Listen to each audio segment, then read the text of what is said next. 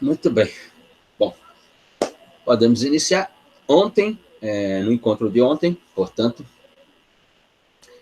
falamos sobre a investigação criminal e o Instituto do Inquérito Policial, à luz do Código de Processo Penal, do Decreto 3689, de 1941. Falamos sobre a relevância da investigação criminal e toda a ideia constitucional de sua vinculação aos ditames da Constituição do Estado e, portanto, em obediência a um modelo de Estado constitucional de direito. Esse é apenas um lado da investigação criminal, a ideia da sua legalidade constitucional. E, por outro, a ideia dos paradigmas, digamos assim, ou do paradigma tecnológico que toma conta do mundo ocidental em diversas áreas, e que na área da investigação criminal não seria diferente. E, portanto, da utilização de ferramentas tecnológicas, de instrumentos tecnológicos, no sentido de operacionalizar e obviamente, também de cientificar a investigação criminal, ou seja, de transformar a investigação criminal em um momento de procedimento metodológico científico para a apuração daquilo que tem como ideia denominado de fato acontecido. Fato esse intitulado delituoso por uma norma penal da parte especial do Código Penal brasileiro ou da legislação extravagante. E vimos aqui exemplos de como, no campo da investigação criminal, principalmente no final dos anos 90 para cá, na realidade brasileira, como a ideia das ferramentas tecnológicas tem sido utilizada, fundamentalmente, não nos esqueçamos, quando falamos de uma criminalidade coletiva, difusa, ou a denominada criminalidade organizada, nesse sentido. Falando sobre o inquérito policial, previsto lá no Código de Processo Penal, do artigo 4º ao 23, do Decreto 3689, de 1941, e a ideia, a partir desse momento, portanto, seguindo o plano de aula proposto, tratarmos dessa ideia também no projeto de lei 8045 de 2010, denominado do que será o novo Código de Processo Penal brasileiro, para em seguida irmos para um outro tópico denominado de teoria constitucional dos procedimentos jurídicos. Então, essa seria a programação para os encontros de ontem e hoje. No que se refere ao novo CPP, digamos assim, ao novo Código de Processo Penal, ou que virá a ser o novo Código de Processo Penal, construído pelos trabalhos que os trabalhos que fizeram surgir como resultado, digamos assim, a redação coesa do projeto de lei 8045/2010, que aguarda votação no plenário do Senado, informando também que é uma proposta inusitada na memória do direito brasileiro, porque é uma proposta que nasce lá no Senado da República. Isso não é comum, geralmente as propostas nascem na Câmara, vão para o Senado, volta para a Câmara, passa pelo Senado e vão à sanção presidencial, mas esse tem essa particularidade. Então, mesmo antes de falarmos sobre o inquérito policial, que lá no Decreto 3689, como vimos, está previsto lá do artigo 4º ao 23, aqui do artigo 20 ao 40, mesmo antes de entrarmos ou adentrarmos ao inquérito policial, sobre novas observações da comissão de notáveis, que construiu, comissão essa que construiu, portanto, o que vai ser o novo Código de Processo Penal, iniciemos com todas as, digamos assim, todas as políticas jurídicas do novo CPP, que daqui a pouco baterá a porta de cada um que estuda direito ou que está no mundo do mundo profissional do direito, digamos assim. Então, o novo Código de Processo Penal, já de início, ou seja, já na sua aparição, inaugura com um título 1 que traz exatamente a expressão da persecução penal. Ou seja, o novo Código de Processo Penal ele já está preocupado com o cômputo do que é o próprio processo penal, ou seja, da totalidade do que é próprio processo penal brasileiro, ou do que deve ser o próprio processo penal, que é a ideia da persecução penal, e todos nós já vimos que essa persecução penal ela tem duas fases, né? A primeira fase, uma fase de investigação, uma fase que é colocada pelos autores de cursos de processo penal como uma fase pré-processual, a fase da investigação, a fase do inquérito, e a fase propriamente dita processual, com a instauração do processo crime, com o oferecimento, o recebimento da denúncia crime, e, portanto, a instauração do processo crime. E algo que não está no Código de Processo Penal vigente, mas que já é inaugurado pelo novo Código de Processo Penal, a ideia da persecução penal conduzida pelo paradigma dos princípios fundamentais do que deve ser o processo penal. E princípios fundamentais aqui que deve ser o processo penal, ele tem uma, digamos assim, duas linhas paralelas que se convergem em um determinado ponto. Ou seja, quais esses princípios do processo penal, e princípios esses da própria estrutura infraconstitucional do direito imaterial, do direito como algo imaterial, mas com os próprios princípios de estrutura fundamental ou de estrutura irrenunciável da teoria da Constituição ou desse paradigma denominado constitucionalismo ou Estado constitucional de direito. Ou seja, o processo penal, à luz inaugural de uma persecução penal que está vinculada aos princípios fundamentais desse processo penal, e os princípios fundamentais desse processo penal regem obediência, ou prestam obediência, digamos assim, né, ao que diz a Constituição do Estado. Então, já no artigo 1º do Projeto-Lei 8045, nós vamos encontrar que esse código ele se rege pelos princípios fundamentais constitucionais, o que significa dizer que o novo Código de Processo Penal ele presta obediência inequívoca à Constituição do Estado e aos tratados internacionais nos quais o Brasil é país signatário ou país que ratifica o tratado. E aqui eu estou me referindo fundamentalmente à ideia da Emenda Constitucional 45 de 2004 para cá. Ou seja, um Código de Processo Penal ou um processo penal brasileiro vinculado a princípios e a tratados que têm o status de norma constitucional à luz da redação dada ao artigo 5º e os seus parágrafos pela Emenda Constitucional 45 de 2004. A regência, portanto, a regência desse Código de Processo Penal é à luz desse paradigma. Um paradigma constitucional interno da Carta Magna e um paradigma constitucional em termos de estrutura de normas dado pela recepção dos tratados internacionais. No artigo 2º do Código, nós vemos que a Comissão de Notáveis trouxe, portanto, para a ideia do Código, o pensamento das garantias relacionadas a todas as formas de intervenção penal. Ou seja, desde a persecução penal inaugural, desde a investigação criminal, seja ela conduzida pelo Ministério Público, ou seja, essa investigação criminal conduzida por uma autoridade policial, delegado de Polícia Civil ou delegado de Polícia Federal, das polícias judiciárias ou científicas do Brasil, até a prolação da sentença penal condenatória, isso se dará, todos esses momentos, do inaugural ao final, se dará pela ideia da garantia ou das garantias relacionadas às formas de intervenção penal. Porque a investigação criminal, assim como a prolação de uma sentença penal condenatória, se traduzem como formas de intervenção penal por parte do Estado. É nesse sentido.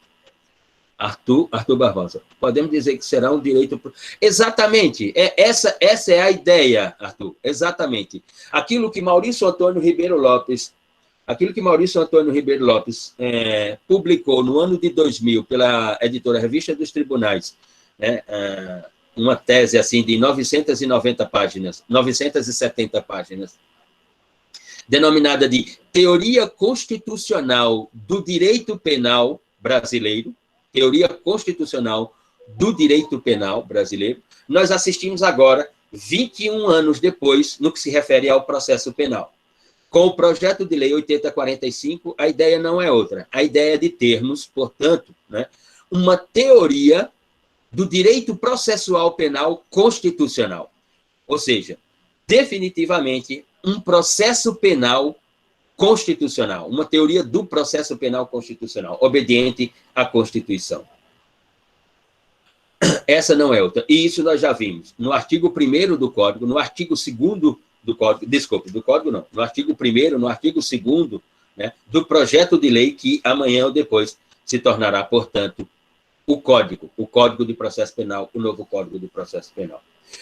E no artigo 3º, essas duas ideias iniciais, desses artigos iniciais, como princípios fundamentais desse novo Código, no artigo 3º, então, a comissão de notáveis, e se assim for votado no Senado, depois na Câmara, e sancionado pelo presidente da República, né, há digamos assim, um caminho longo até lá, o artigo 3º, ele é extremamente transparente sobre as duas previsões iniciais, porque podíamos perguntar, assim, o que quer dizer esses princípios fundamentais exatamente? Né? A estrutura da Constituição, a estrutura que está implícita à Constituição, do ponto de vista do direito internacional público, do ponto de vista do sistema internacional dos direitos humanos, etc., etc.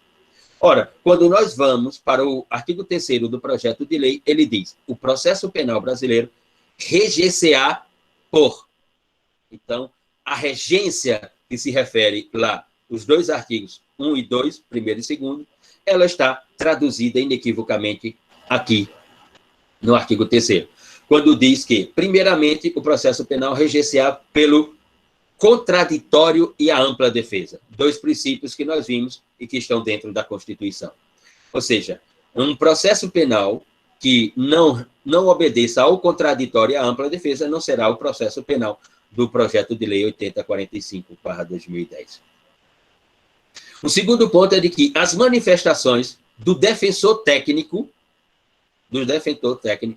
se dará em todas as fases procedimentais, aquilo que discutimos na parte final do encontro de ontem. Ou seja, o advogado constituído, segundo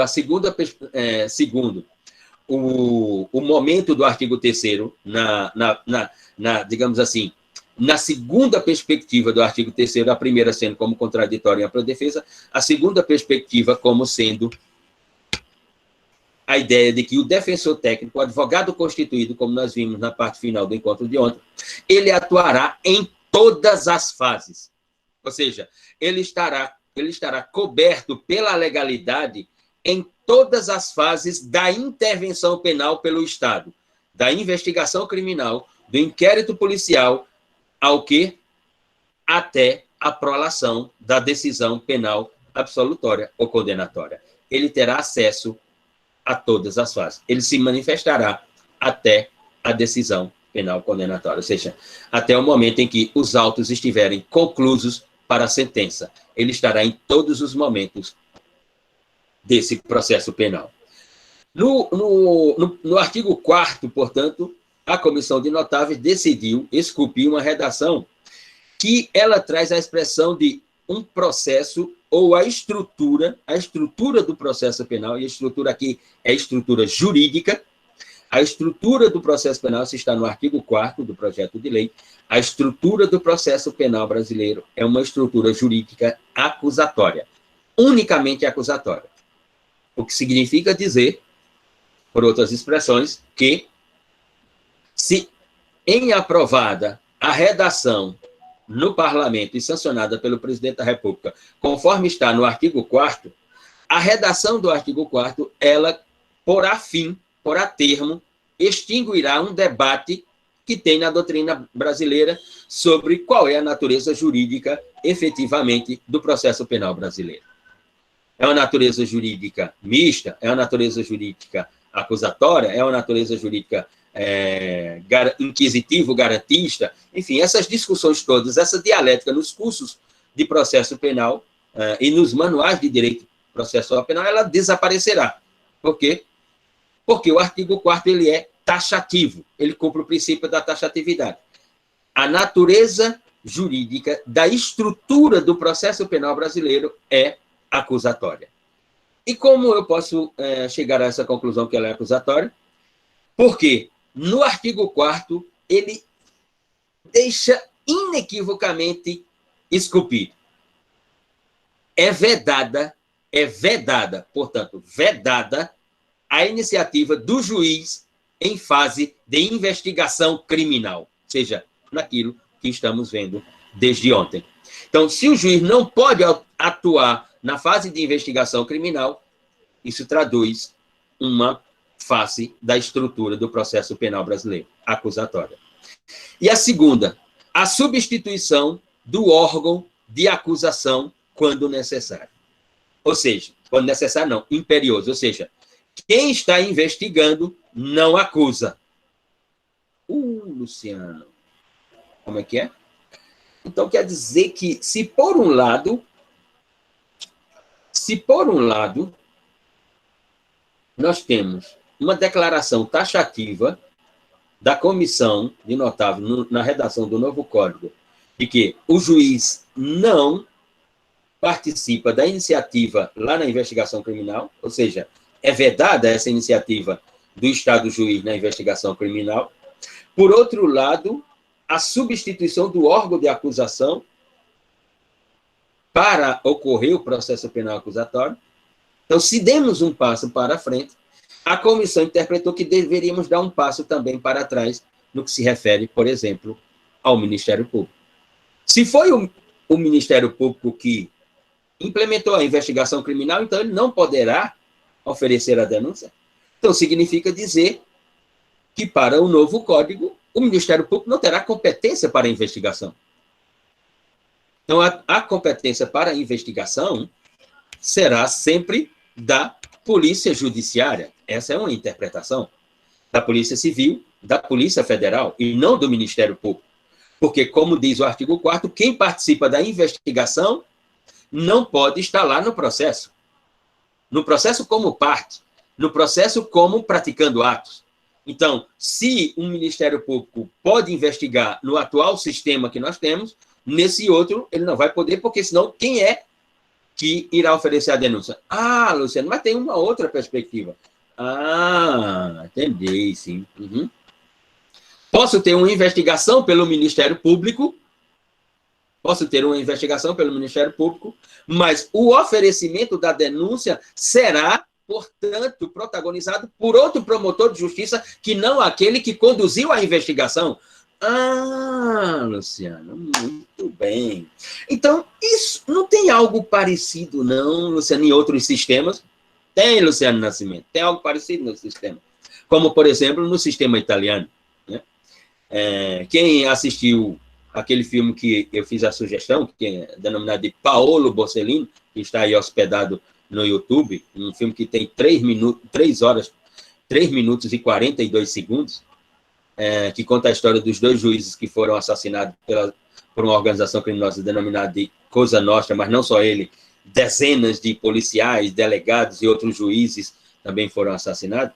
Lá nós podemos notar, né, que no sistema italiano, Ministério Público e magistratura, eles têm uma previsão que horas se confundem. Ou seja, naquele sistema tem juízes que têm competência só para investigar e não para julgar, né? Que eles chamam de magistrados do público ministério. Né? É uma realidade do sistema processual italiano.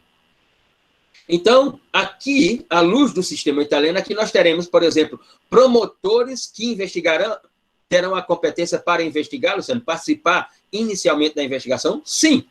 Mas esses promotores que participarem da investigação, ou seja, que conduzirem a investigação autonomamente, ou que conduzirem a investigação junto com o delegado de polícia civil ou federal, eles não serão o autor da denúncia. Essa é uma perspectiva do que se está na redação do projeto de lei 8045.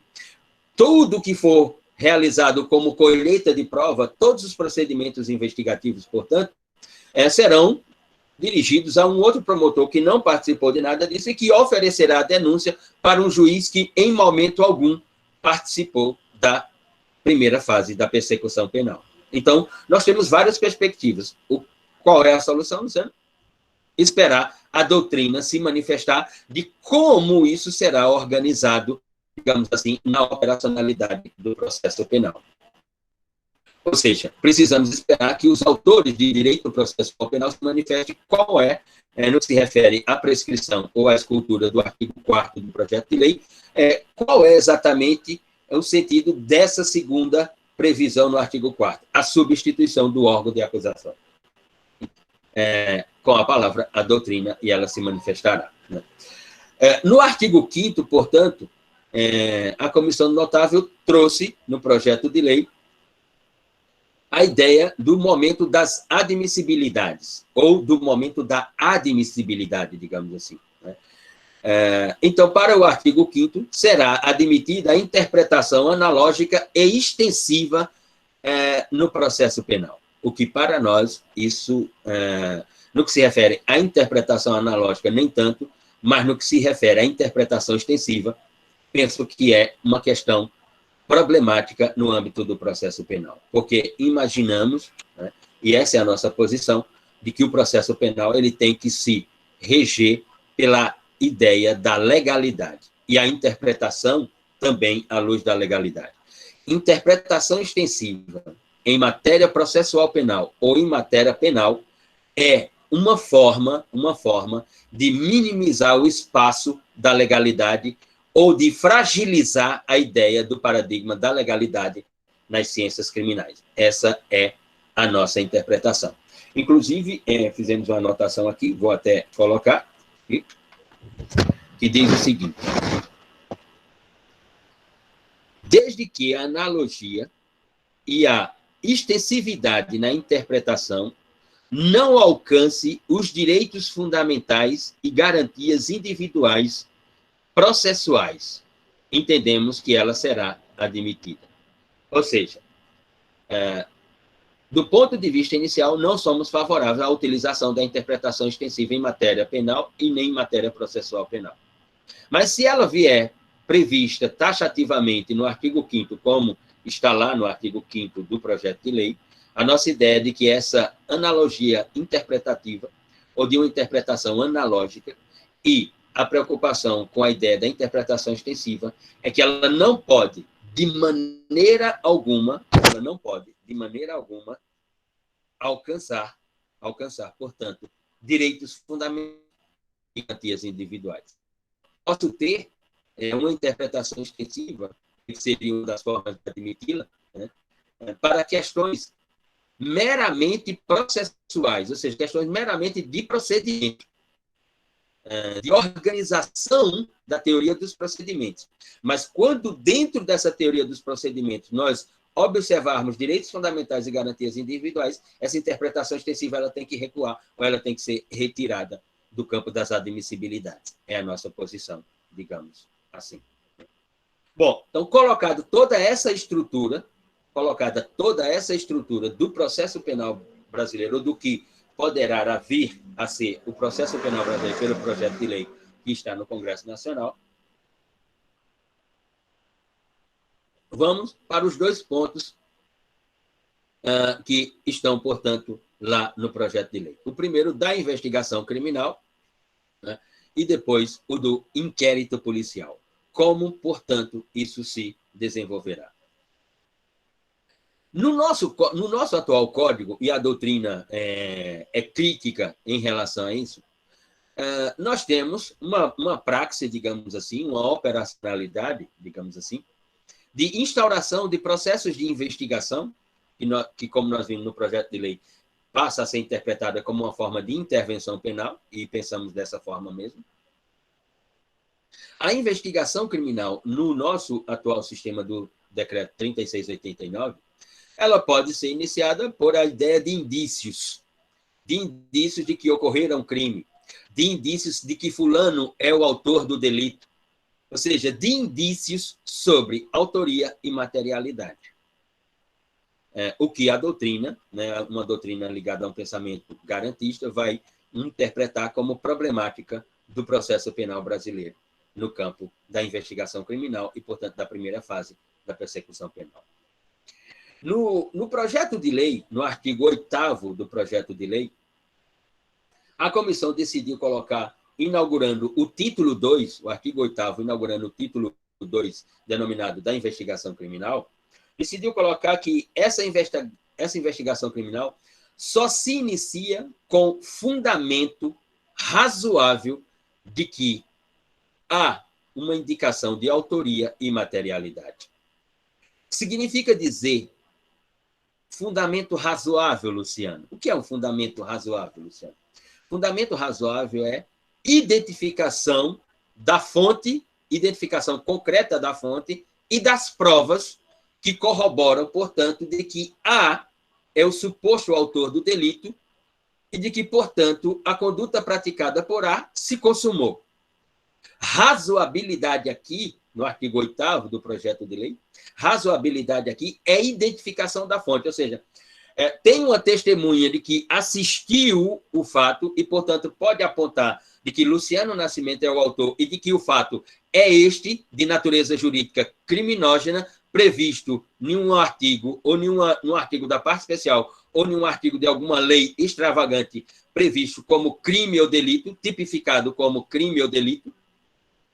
Há, portanto, essa razoabilidade, então inicia-se o procedimento de investigação criminal. Não há essa razoabilidade, essa investigação criminal não tem fundamento para, portanto, existir e, portanto, depois produzir provas para um oferecimento de denúncia. Seria essa a ideia, portanto, esculpida no artigo 8º. No artigo 10, e a gente vou aqui selecionar, desculpe, no artigo 9º, a comissão decidiu tratar sobre o indiciado, aquele que vai estar lá como investigado e indiciado do inquérito policial. O primeiro ato da investigação, portanto, é a identificação dessa autoria. Quem é o indiciado? Quem é, para a investigação, o autor da conduta? Quem é a pessoa? É possível apontar isso? De que Luciano Nascimento é o autor da conduta, é a pessoa a responder inicialmente por essa investigação? Não, não é exatamente possível, porque não tem uma testemunha, porque não tem nenhuma prova material, mas há indícios. Não haverá investigação. Vocês poderiam estar perguntando, Luciano, mas e como é que se vai se decidir tudo isso? Quem é que vai decidir, portanto, de que não é razoável para ver a investigação? Ou de que é razoável e a investigação deve haver? Não se esqueçam. Lei 13.964, 2019, artigo 3º AF, Juiz das Garantias. E que ele está aqui. Aliás, o que está lá na Lei 13.964, de 2019, que foi parar dentro do Código de Processo Penal do Decreto 3689, de 41, foi tirado daqui. Exatamente daqui, digamos assim, tirado exatamente do projeto de lei 8045/2010. Ora, lembre-se da previsão, toda e qualquer iniciativa investigativa por uma autoridade pública deverá ser comunicada imediatamente ao juiz das garantias. Então, o delegado diz, comunica ao juiz das garantias, estamos iniciando uma investigação contra Luciano Nascimento. Ah, está travando? Não me escutam bem? Está ruim o áudio? Às vezes, para mim, está falhando. Por exemplo, essa sua última fala eu não consegui pegar quase nada. Travou bastante. Não sei para os colegas. Às vezes está travando para mim. Ok, Joana. Vou então, digamos assim, repetir, vou reiniciar. Nós temos duas previsões, a do artigo 8º e do artigo 9º do projeto de lei. No artigo, mas dá para entender tudo. No artigo 8º, nós estamos falando de fundamentos para a investigação criminal, porque o artigo 8º inaugura o título 2 do projeto de lei 8045. E o título 2 é nominado da investigação criminal. O artigo 8º diz que para haver essa investigação criminal é preciso haver um fundamento razoável. Fundamento razoável é traduzido por duas expressões: fontes e provas. Ou seja, é preciso haver uma identificação de fontes que corroborem que houve um fato delituoso e provas desse fato delituoso. Então, é preciso ter uma testemunha, por exemplo, que assistiu Luciano dando 2 tiros em Antônio. E essa pessoa sabe quem é Luciano. Então, essa pessoa vai dizer, não, foi Luciano em tal dia, tal hora, na rua tal. Eu assisti quando ele deu 2 tiros em Antônio. Essa é a fonte. Prova. Causa-morte de Antônio é um resultado para o homicídio.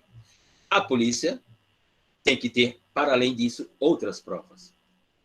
No artigo 9º, né, a comissão decidiu tratar sobre o indiciado nessa investigação. Indiciado ou investigado dessa investigação. Ou seja, a apuração de que o primeiro ato da investigação é indicar que Luciano é o autor daquela conduta. Ele, portanto, estamos aqui no campo da autoria. Luciano é a pessoa que praticou aquela ação. Luciano, portanto, realiza a autoria. Vocês podem estar se perguntando assim, mas quem vai decidir tudo isso, professor?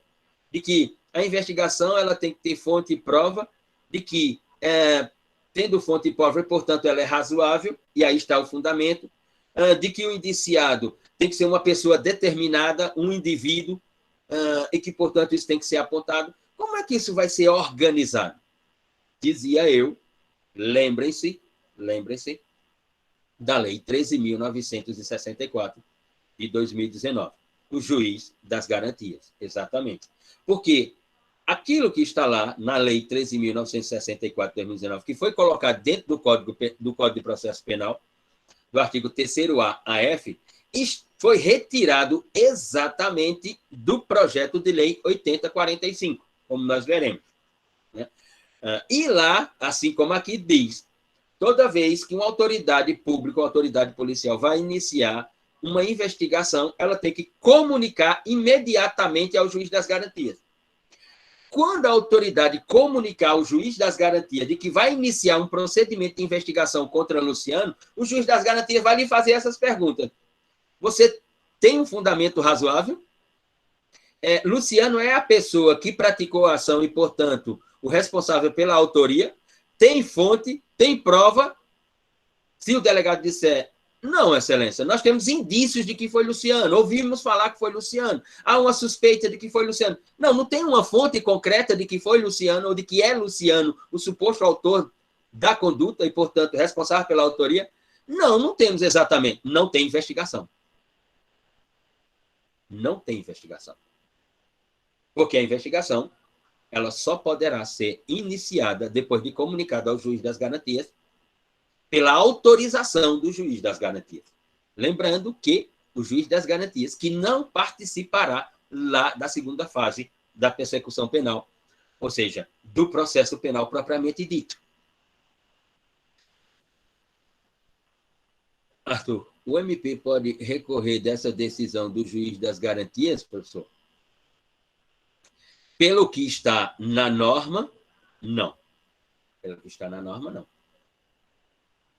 O que está sendo traduzido aqui, pessoal, é de que nós estamos com o projeto de lei, e afirmo também, na minha interpretação também, com a lei 13.964, com a lei 13.964, o que nós estamos assistindo aqui é uma iniciativa de constitucionalização da primeira fase da persecução penal, da investigação criminal. Para o quê? Qual é a finalidade, então, Luciano? Qual é a objetividade?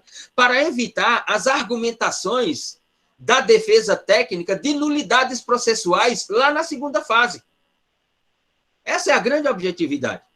A objetividade é essa, ou seja, eu constitucionalizo todos esses momentos iniciais. Eu quero ver se lá no processo penal vai aparecer um advogado dizendo assim, excelência, tem uma nulidade no processo, porque o ato, aqui na teoria constitucional dos procedimentos jurídicos praticado, foi à luz de um momento lá da investigação criminal, momento esse que não tem amparo constitucional, excelência, e, portanto, ele é uma nulidade. Para que isso não apareça. É nesse sentido. Estou ouvindo, professor. Eu pensava que indício e prova era a mesma coisa. Não. Indício e prova não são a mesma coisa. De maneira alguma. Mas agora eu fiquei na dúvida. O senhor pode explicar ou seria, no caso, o indício? Não. Indícios, por exemplo, indícios. Vamos lá, vou dar um indícios. Luciano Nascimento, peraí, Arthur aqui, para dar mais segurança jurídica ao processo. Sim, os autores estão escrevendo e estão dizendo, todo esse momento de iniciação, de constitucionalização da investigação criminal e do inquérito policial é para garantir a estrutura acusatória do processo penal. Para garantir a estrutura acusatória. Volto ao meu discurso originário. Não sei se isso garante a estrutura acusatória do processo penal. Mas, no mínimo, orienta que o processo penal, se eu tenho uma investigação criminal, se eu tenho um inquérito policial constitucionais, então, obviamente, que isso orienta que o processo penal é acusatório, e não inquisitivo garantista, e não misto, mas puramente acusatório.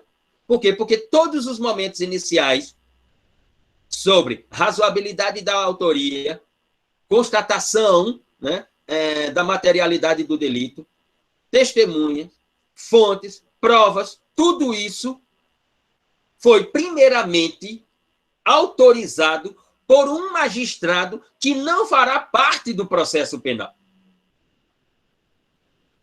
Significa dizer que eu tenho um olhar de uma outra categoria de Estado-juiz. Ou seja, nós passaremos a ter uma divisão de dois modelos de Estado-juiz.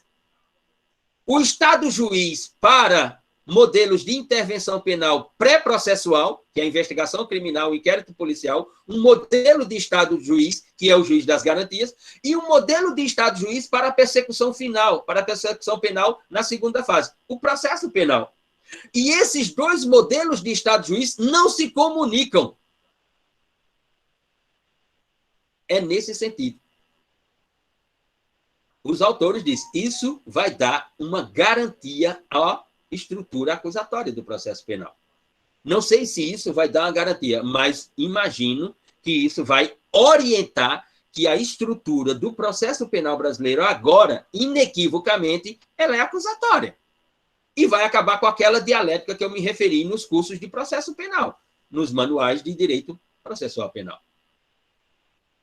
Mas vamos lá, Govina.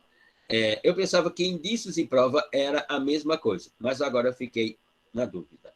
O senhor pode explicar o que seria, no caso, o indício? Vamos lá. Luciano Nascimento tem um problema de comunicação com o Antônio. Luciano Nascimento está em uma padaria ou em qualquer estabelecimento de natureza simples, digamos assim, um bar, um restaurante. E Antônio está lá e Luciano está lá. E os dois têm um entreveiro, inclusive com vias de fato, enfim, se agridem e tudo mais. Há um público que viu tudo isso. Luciano sai desse restaurante, desse bar, Antônio sai também. Horas depois, diversas horas depois, ou no dia seguinte, constata-se que Antônio está morto. E que, portanto, alguém matou Antônio. Ora, quais são os indícios que eu teria para essa morte de Antônio? Quais os indícios que eu teria? Quem seria o primeiro suspeito da morte de Antônio? Isso é indício. Mas quer dizer que foi Luciano? É razoável? Esse é um fundamento razoável para uma investigação criminal contra Luciano? Não. Não.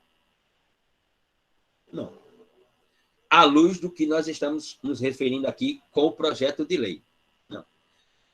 Mas tem que haver uma investigação sobre...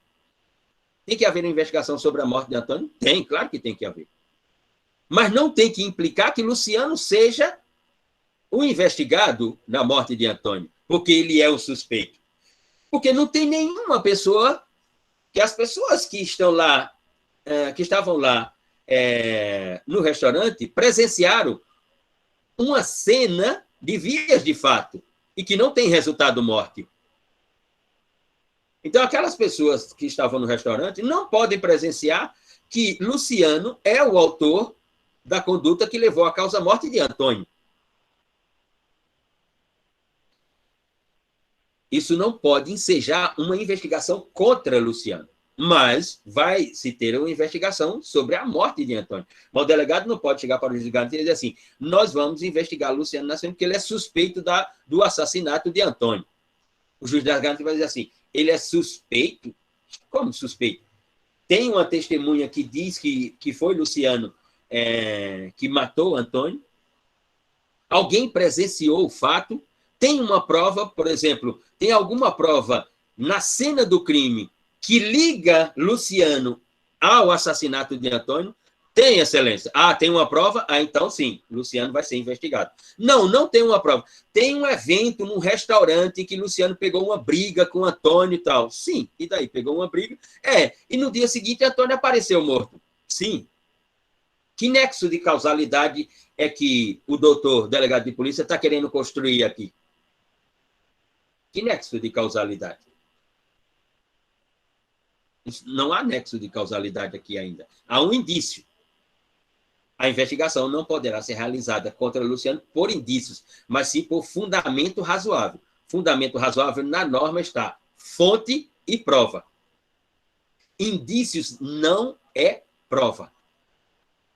Respondendo a você, Govinda, indícios não é prova. Indícios é uma fumaça que pode indicar, né, que Luciano pode ser o autor da conduta. Mas eu não posso ter só isso para iniciar a investigação. É preciso ter algo a mais, algo que seja um fundamento razoável. E o que é fundamento razoável está previsto taxativamente, lá nos primeiros artigos do título 2 da investigação criminal, no artigo 8º, e depois a interpretação do artigo 9º. Lucas Amadeu. É o elemento da cena do crime que tem comprovada a relação com o ato ilícito investigado. Sim, sim. Por exemplo, na briga no restaurante, Luciano puxou alguma arma.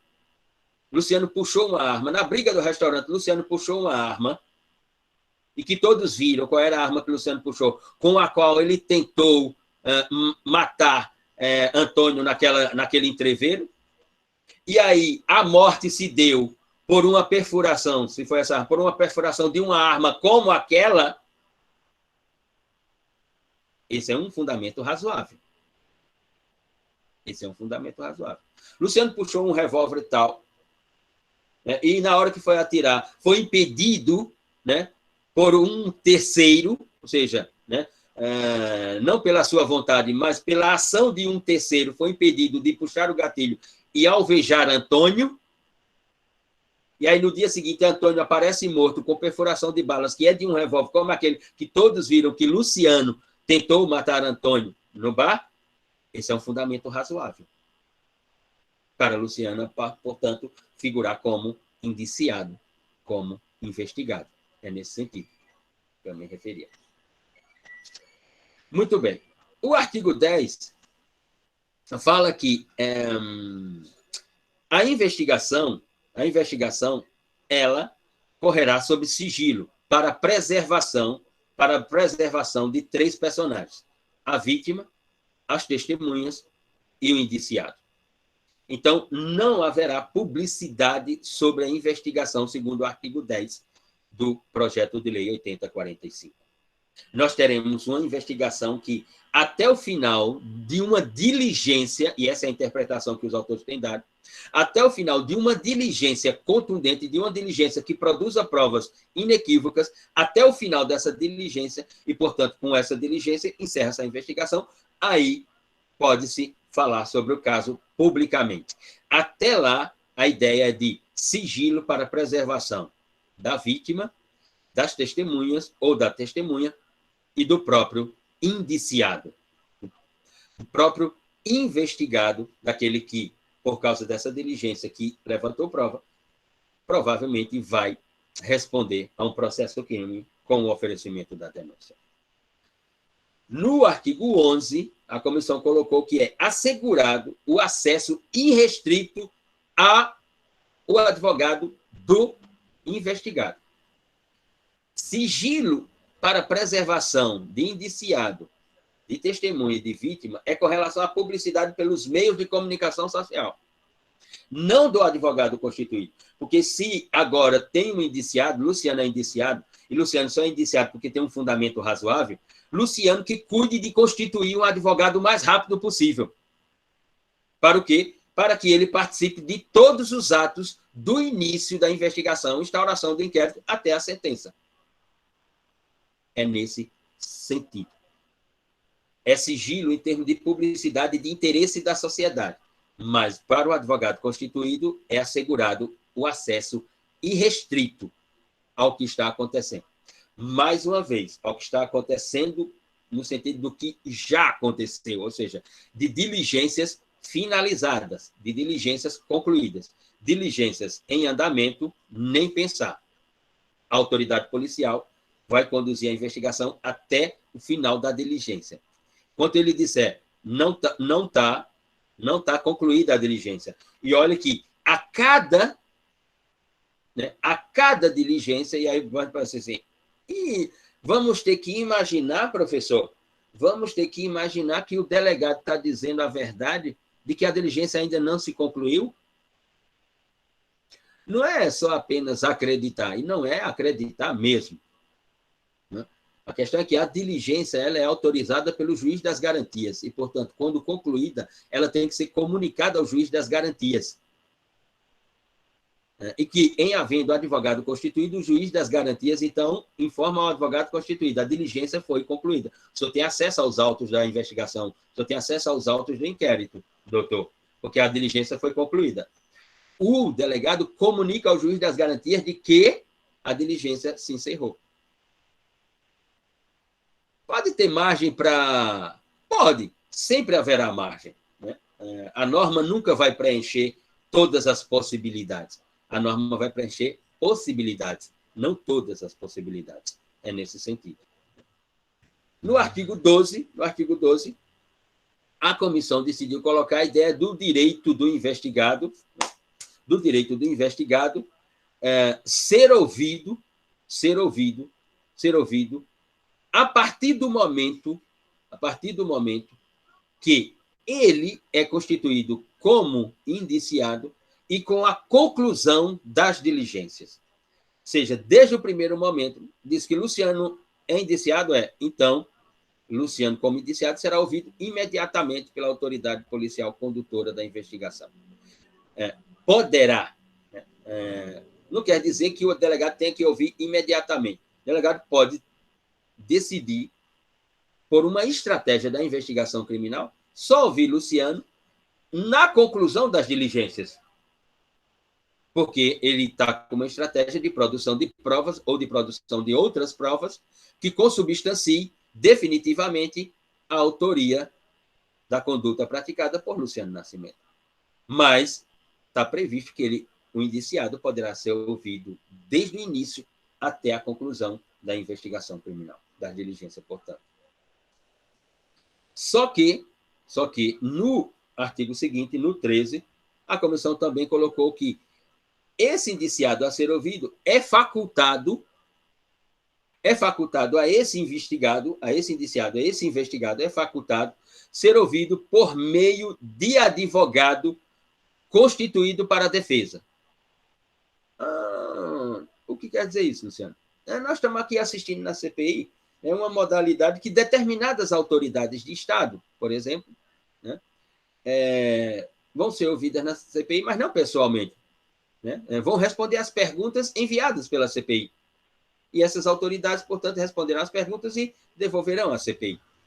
A previsão do artigo 13 é no sentido de que o indiciado se fará presente pelo seu advogado.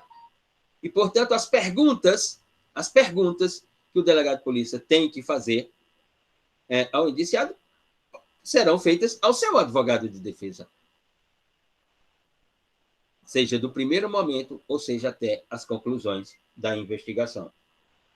Ou seja, o indiciado ser ouvido por meio do advogado de defesa, do defensor técnico, significa dizer que estamos tratando de fontes e provas, né, em favor da defesa. Ou seja, o Estado investigador, na figura do titular da investigação do inquérito, tem uma série de provas. Essas provas serão agora apresentadas à defesa e perguntadas à defesa: o seu cliente estava onde nesse horário? Porque nós temos essa prova aqui. O seu cliente tem uma arma desse calibre? Essa arma desse calibre, o seu cliente tem o porte de armas, etc, etc, etc. Isso poderá ser feito, inclusive, por entrevista ao indiciado, via remoto, como nós estamos fazendo essas aulas nesse paradigma. Essas perguntas poderão ser feitas ao indiciado, ele não precisa estar lá na delegacia. Qual é o sentido disso tudo, Luciano? Dificultar a investigação pelo Estado? Instaurar definitivamente o estado de impunidade? Não penso por essa perspectiva. Mas possa ser que tenha o sentido de evitar o espetáculo da ideia criminal pelos meios de comunicação. Quem é o indiciado? E aí ele vai à delegacia, e vão aquelas dezenas de jornalistas para cobrir o que o delegado vai fazer de perguntas para o indiciado investigado. Então, para evitar esse espetáculo, e lembre-se que previsão anterior é a ideia do sigilo, da preservação da vítima, da testemunha e do indiciado, ele poderá responder às perguntas por entrevista. Essa é uma das interpretações que tem sido dada, portanto, nesse campo do que virá a ser o processo penal brasileiro. No campo da investigação, da primeira fase da persecução penal. É nesse sentido. Colocados esses artigos, portanto, que reputamos que são os principais que estão lá no título 2 do projeto de lei 8045, denominado da investigação criminal, vamos agora para o que nós vimos ontem, como inquérito policial. E como está o inquérito policial lá, Luciano, no PL, do artigo 20 ao artigo 40, e que será, portanto, o novo inquérito policial na realidade investigativa brasileira.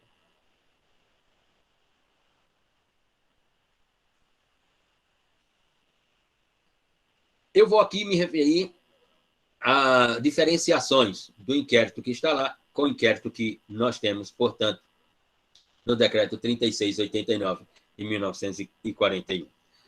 Primeira ideia é de que, no artigo 31, por exemplo, do projeto de lei, estabeleceu-se o prazo de 90 dias, para o investigado solto, para a conclusão do inquérito policial. De 45 dias para o investigado preso. E aí, conforme a prisão cautelar, flagrância delituosa, preventiva, provisória, a questão é que o prazo para o inquérito policial, na nova realidade que virá, não poderá ultrapassar os 720 dias para sua conclusão, em todos os sentidos. 90 dias preso, 45 dias 90 dias solto, 45 dias investigado preso, analisar se é flagrância delituosa, preventiva, provisória, etc. A questão é que, no cômputo geral, a autoridade policial não poderá ter mais do que 720 dias para a conclusão de um inquérito. Lembrando que a Lei 13.964, mais uma vez, reformulou a redação do artigo 316 do Código de Processo Penal, que seguramente será a redação que estará no novo Código de Processo Penal, sobre os 90 dias como prazo máximo, 90 dias como prazo máximo para a prisão prevista, a prisão cautelar do artigo 316. E que, nos 90 dias, segundo o parágrafo único do artigo 316, a autoridade emissora do mandado de prisão, portanto, terá que se debruçar para analisar sobre a manutenção da mesma ou relaxamento depois de 90 dias. E que toda essa ideia, portanto, cautelar e de investigação e de inquérito não poderá ultrapassar os 720 dias. E que, portanto, deverá ser encaminhado um relatório de remessa ao Ministério Público sobre tudo que está em andamento. Enviado esse relatório ao Ministério Público, o artigo 35 diz que, ao receber esse relatório da investigação criminal do inquérito policial, deixa eu fechar isso aqui, ao receber esse relatório de remessa, o Ministério Público, o membro do Ministério Público, terá algumas ações a serem tomadas. Ele poderá decidir, poderá decidir não, o membro do Ministério Público poderá decidir pela requisição, ou seja, poderá decidir em requerer ao juiz das garantias o arquivamento de toda a investigação e de todo o inquérito, porque ele interpreta que tudo que for produzido não é suficiente para o oferecimento da denúncia. O MP, portanto, poderá, segundo o artigo 38, poderá requerer o arquivamento ao juiz das garantias. O juiz das garantias, ao receber, tem que fazer o quê? Está de acordo com o Ministério Público e, portanto, arquivar o inquérito? O juiz das garantias tem algumas alternativas. Ele poderá admitir a requisição do Ministério Público e arquivar o inquérito, ou o juiz das garantias pode não estar convicto, pode não se convencer e simplesmente encaminhar todo o produto da investigação e do inquérito ao procurador-geral. E aí o procurador-geral decide se devolve para o juiz das garantias e diz: estou de acordo com o pedido de arquivamento do membro do Ministério Público, ou o procurador-geral então diz: não estou de acordo e vou encaminhar todo o produto da investigação e do inquérito para um outro promotor. E aí esse promotor decide oferecer a denúncia. Então, essas são as perspectivas traduzidas, portanto, no artigo 38 do projeto de lei. Ora, o juiz das garantias, segundo o artigo 39, em aceitando o arquivamento do Ministério Público, comunicará aos sujeitos, comunicará ao indiciado de que a investigação foi arquivada, comunicará ao Procurador-Geral de Justiça sobre o pedido de arquivamento pelo Ministério Público. Se não aceitar o arquivamento, comunicará também ao indiciado de que não aceitou o pedido de arquivamento da investigação feito pelo Ministério Público e encaminhou ao Procurador-Geral, e aí que o indiciado aguarde qual é a manifestação do Procurador-Geral. Enfim, no artigo 39 estão previstas quais serão as ações a serem tomadas pelo juiz das garantias. Muito bem. No artigo 40, traz a previsão de que o delegado de polícia pode, de ofício, encaminhar ao Ministério Público a ideia de necessidade de novas diligências. Ou seja, o delegado de polícia encaminhou o relatório ao Ministério Público da conclusão. Mas, ao encaminhar o relatório lá, segundo já o capítulo referente às funções do Ministério Público, a partir do artigo 35 do projeto de lei, depois que o delegado encaminhou, portanto, todo o seu relatório, porque deu o prazo, ou seja, ou deu o prazo dos 720 dias, ou o delegado se sentiu satisfeito com aquilo que havia produzido, encaminhou o relatório. 24 horas depois aparece uma prova. 24 horas depois, há a notícia de que há uma testemunha que tem uma informação muito mais relevante do que tudo que fora produzido. Então, o delegado, segundo o artigo 40, o delegado poderá encaminhar né, uma requisição ao Ministério Público dizendo assim, doutor, tudo que foi enviado, mas há uma necessidade em função de novas perspectivas surgidas, de novas, digamos assim, de novas realidades surgidas, de se fazer uma outra diligência. Então, o promotor de justiça sustenta, digamos assim, em vez de oferecer a denúncia, se estiver convicto para oferecer a denúncia, em vez de requerer o arquivamento ao juiz das garantias, se estiver convicto para requerer esse arquivamento, aguardar, portanto, admitir as novas diligências pelo delegado, mas essa requisição do delegado ao promotor de justiça tem que ser comunicada ao juiz das garantias, que autorizará, portanto, as novas diligências. Ou não autorizará. Mas, obviamente, em regra, o procedimento vai ser de autorização. Se o delegado está requerendo, ele está mostrando para o juiz, assim como mostrou na requisição ao membro do Ministério Público, ele está mostrando, ele vai ter que mostrar ao juiz das garantias o que é que sustenta esse novo pedido ou esse pedido de novas diligências. Terá que persuadir o juiz das garantias por aquela ideia de fundamento razoável. É nesse sentido, portanto, que nós temos a ideia do inquérito policial, não apenas do inquérito policial, mas da investigação e do inquérito policial à luz da ideia do que tem sido construído, do que fora construído para o projeto de lei que está no Congresso Nacional. Essa é a ideia, portanto, de investigação e inquérito policial, de pontos relevantes e diferenciações, que eu estou me referindo aqui, de pontos diferentes que nós não veremos mais quando tivermos a aprovação do novo Código de Processo Penal, realidades lá do artigo 4º ao 23, elas não serão reproduzidas entre o artigo 20 e o artigo 40. Ou seja, nós teremos pontos inovadores na investigação e no inquérito policial que não temos nos dias de hoje, sem dúvida alguma. Finalizado esse tópico, vamos, portanto, para o outro, que está lá no plano do plano da disciplina, no plano de curso da disciplina, denominado de Teoria Constitucional dos Procedimentos Jurídicos. Muito bem. Essa teoria constitucional dos procedimentos jurídicos, ela digamos assim, o resultado, né, de uma construção constitucionalista, né, entre direitos e garantias.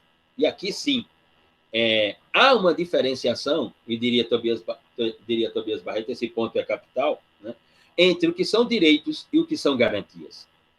Quando eu estou falando de direitos, eu estou falando de direitos do ser humano livre, do homem livre, do ser humano livre em relação ao Estado. Ou seja, esse ser humano ele tem um rol de direitos trazidos pelo próprio documento que funda o Estado, denominado de Constituição. Então, esse cidadão, esse homem livre, esse ser humano livre, essa mulher, enfim, essa entidade humana livre, ela é agasalhada na ideia do Estado constitucional de direito por direitos e não por garantias. Ou seja, ela é agasalhada por um fenômeno chamado direitos, que todos esses direitos serão direitos constitucionais, né? E que depois passaram a ser reconhecidos na teoria dos direitos humanos. Esses direitos são nominados direitos fundamentais do ser humano livre na sociedade moderna.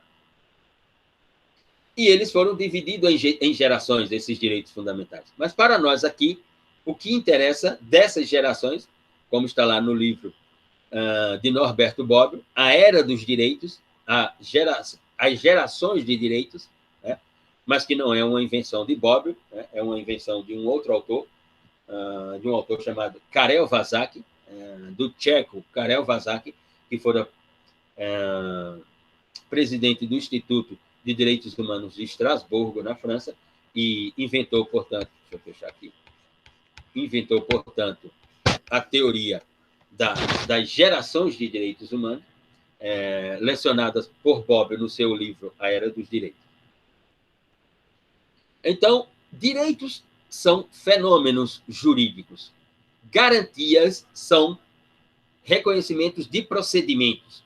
Ou seja, garantias são os instrumentos pelos quais eu asseguro o gozo desses direitos fundamentais. As garantias assumem a função operacional no processo penal, naquilo que nos interessa aqui, artigo 5º e os seus 78 incisos, ou dentro dos seus 78 incisos, aqueles de natureza processual penal. Então, as garantias são responsáveis ou assumem a função da efetividade dos direitos fundamentais no campo dos procedimentos dentro do processo penal. Por isso que a teoria se chama teoria constitucional dos procedimentos jurídicos. Constitucional, os direitos fundamentais. Procedimento jurídico, garantias que vão assegurar esses direitos fundamentais, digamos assim. Né? Para um autor alemão, constitucionalista chamado Karl Loewenstein, essa era uma ideia de contrapensamentos, né? Pensamentos que estão de um lado e de outro, mas que eles se convergem no sentido de garantir ou de assegurar ou de efetivar ou de realizar a fenomenologia chamada direito.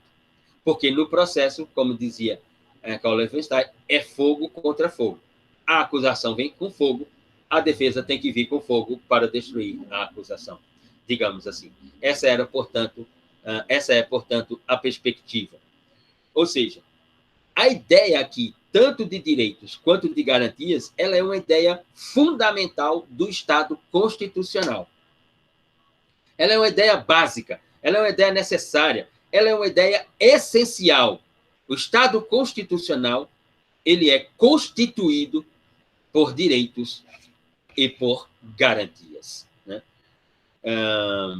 Para, por exemplo, um grande autor brasileiro, para Francisco Cavalcante Pontes de Miranda, quando nós estamos falando desses direitos fundamentais, ali do artigo 5º, portanto, nós estamos falando... deixa eu pegar aqui.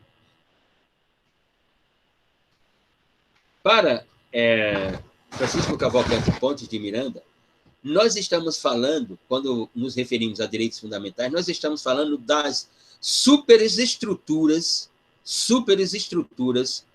do Estado constitucional de direito da modernidade. Nós estamos falando das superestruturas. Quando falamos do professor Nicholas Luhmann, ou quando nos referimos ao professor Nicholas Luhmann e falamos de direitos fundamentais, para Luhmann, os direitos fundamentais são a própria instituição da sociedade moderna. Não existe sociedade moderna sem direitos fundamentais.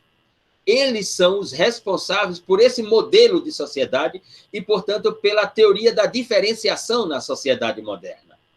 Portanto, se eu não tiver a ideia do que são os direitos fundamentais, não tenho a ideia do que é a sociedade moderna.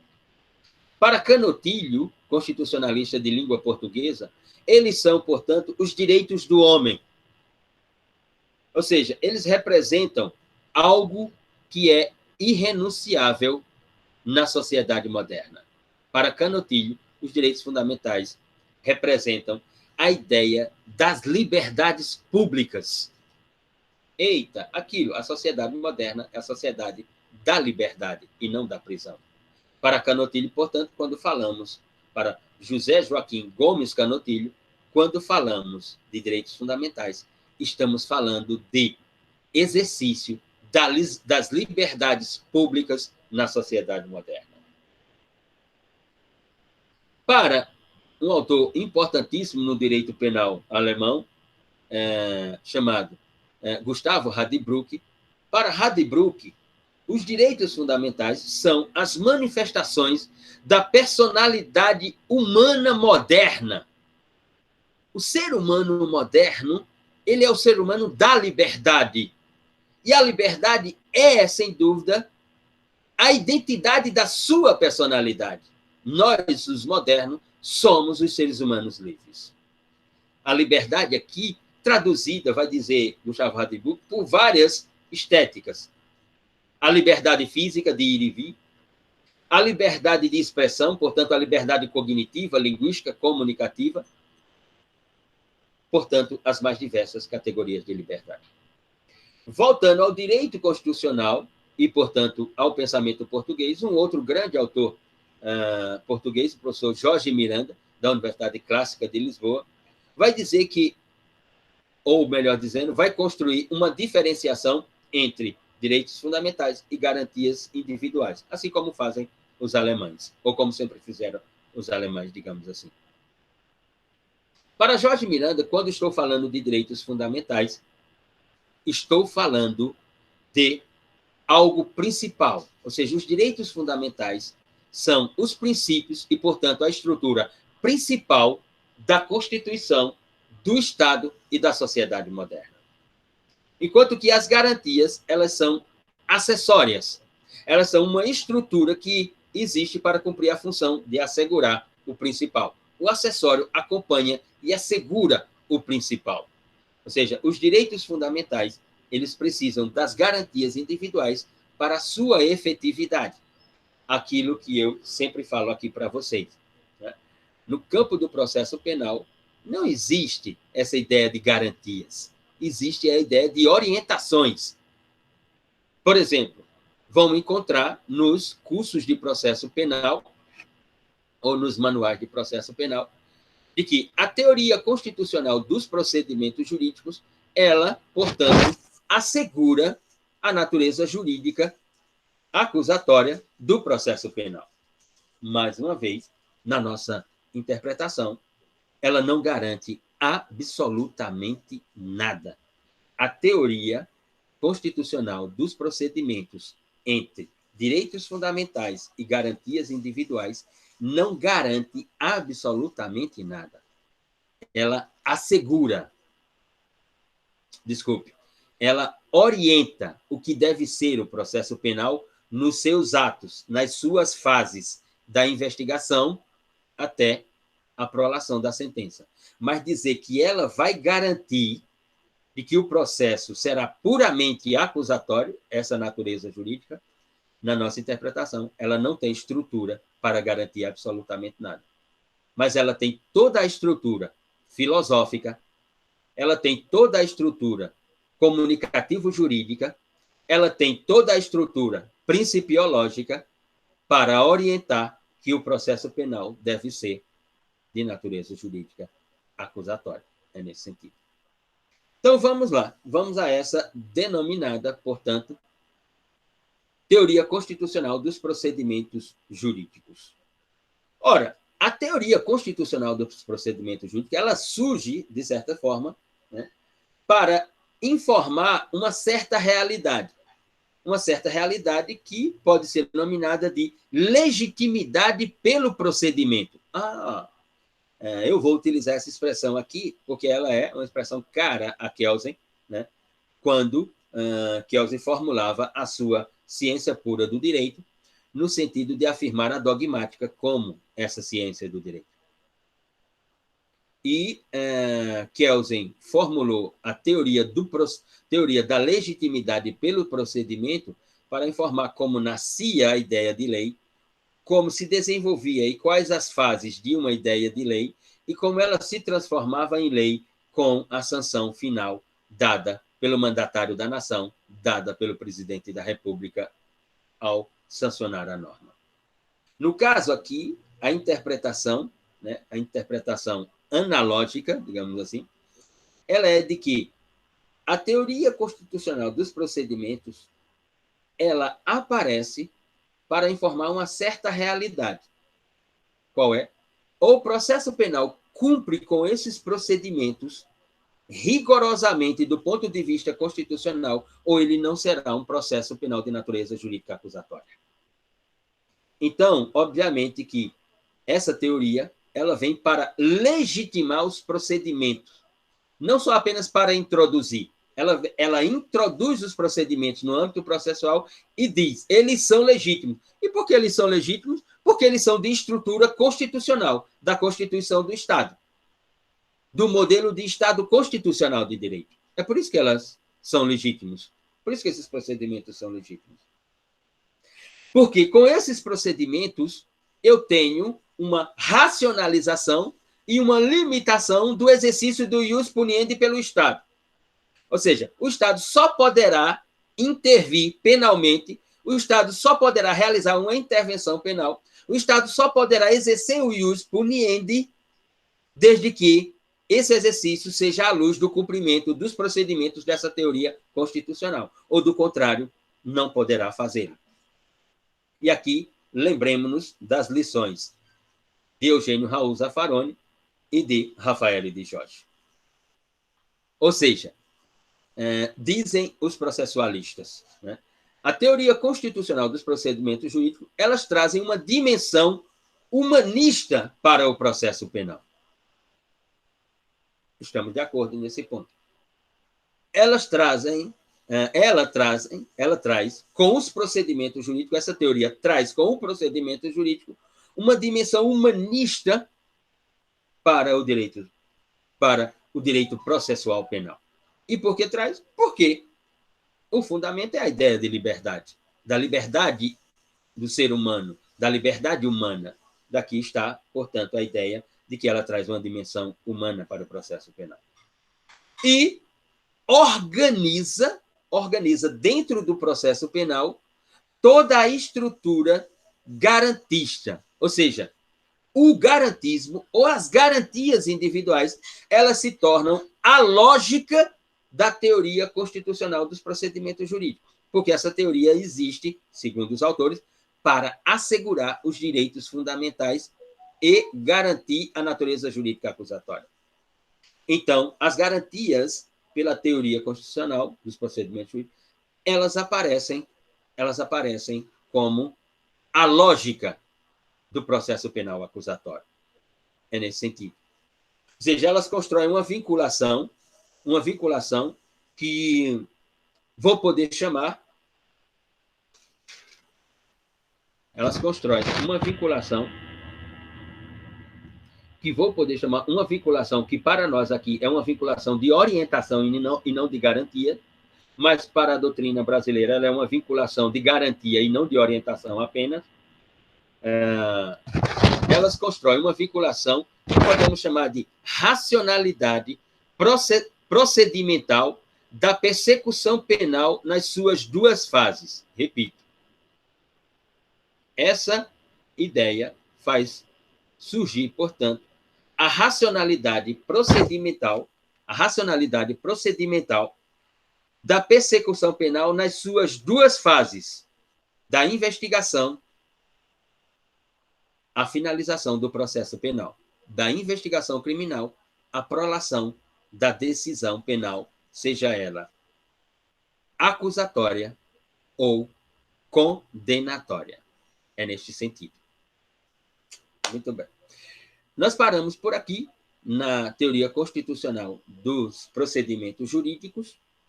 Só para recapitularmos, se eu estiver equivocado outra vez, me corrijam por gentileza.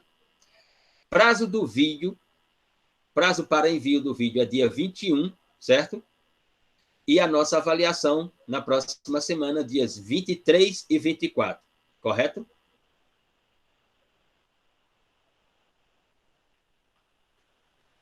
Muito bem. Para construir aqui uma estrutura de isonomia, se eu não me engano, se eu tiver...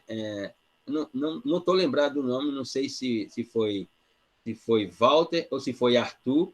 Foi Arthur eu penso que foi Arthur que me consultou se poderia enviar o vídeo pelo WhatsApp. Porque foi sim, então foi Arthur. Porque estava com dificuldade.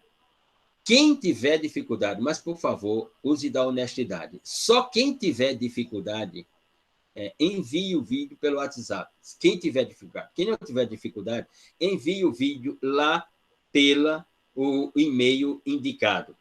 prova.uepb@gmail.com. Mesmo porque tem atividades de outras turmas, que esse é o e-mail que eu vou receber as atividades em vídeos de outras turmas. Então, eu vou abrir o e-mail lá e vou ficar lá uma tarde inteira assistindo o vídeo de todo mundo. Ora vídeo de processo penal, ora vídeo de criminologia, ora vídeo de linguagem e argumentação jurídica, e assim por diante. Esse é o e-mail que eu construí para receber os vídeos das disciplinas com atividade dessa natureza. Foi nesse sentido, né? Lucas, professor, como será a divisão dos nomes para as perguntas? Pela ordem alfabética, Lucas. As perguntas nós realizaremos sobre a prova pela ordem alfabética, pelos conteúdos aqui que decidimos, né? Foram 2 textos, não é isso? Indicados para a prova, e alguns conteúdos do que nós vimos até a aula. Diga, pode se manifestar, Lucas. É porque a prova não seria no dia 23 e dia 24?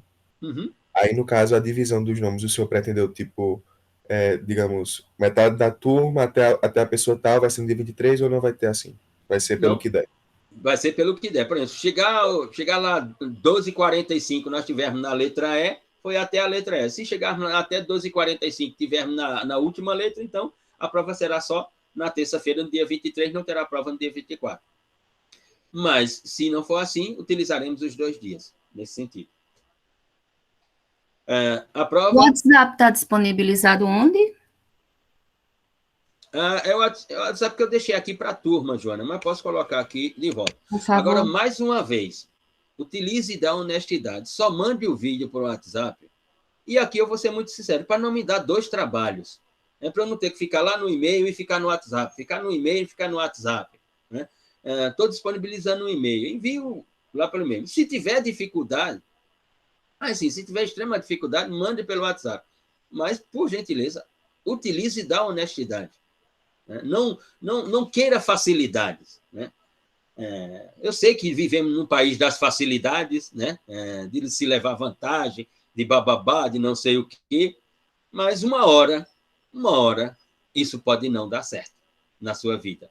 E pode ser num momento crucial da sua vida. E aí não terá remédio para você. Como diz os garotos aí na graduação, vai ser game over para você. E aí não haverá o que fazer.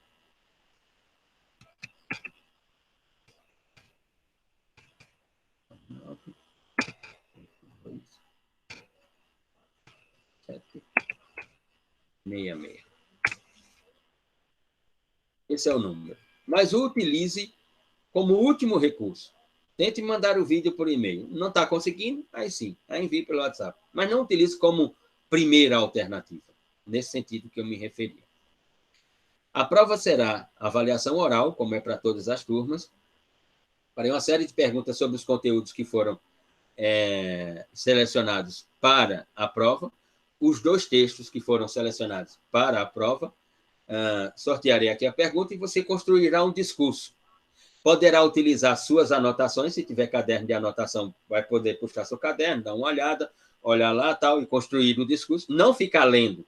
Não vamos ficar aqui como é aquelas situações ridículas de defesa de TCC, que o camarada faz os slides, e na apresentação do TCC, ele fica lendo os slides como se todo mundo fosse analfabeto e só ele soubesse ler. Ou seja, essa não é a ideia. Se fosse para ler os slides, e passa a ideia de que se você tirar os slides, o candidato ou a candidata não consegue produzir um discurso, porque no tribunal do júri você não vai estar ficando lendo. Numa audiência com o promotor de justiça e o juiz, você não vai estar com os autos abertos, lendo os autos a cada página e falando com o juiz. Não, você tem que ter um discurso. Você tem que saber qual é o conteúdo sobre o qual você vai falar. E aí construir uma linguagem sobre esse tópico, sobre esse conteúdo. É nesse sentido que eu me refiro. Mas poderá consultar suas anotações. Consultou a anotação, colocou a anotação de volta, elabora o discurso, prolata o discurso. É nesse sentido que eu me refiro. Dúvidas sobre o procedimento da avaliação?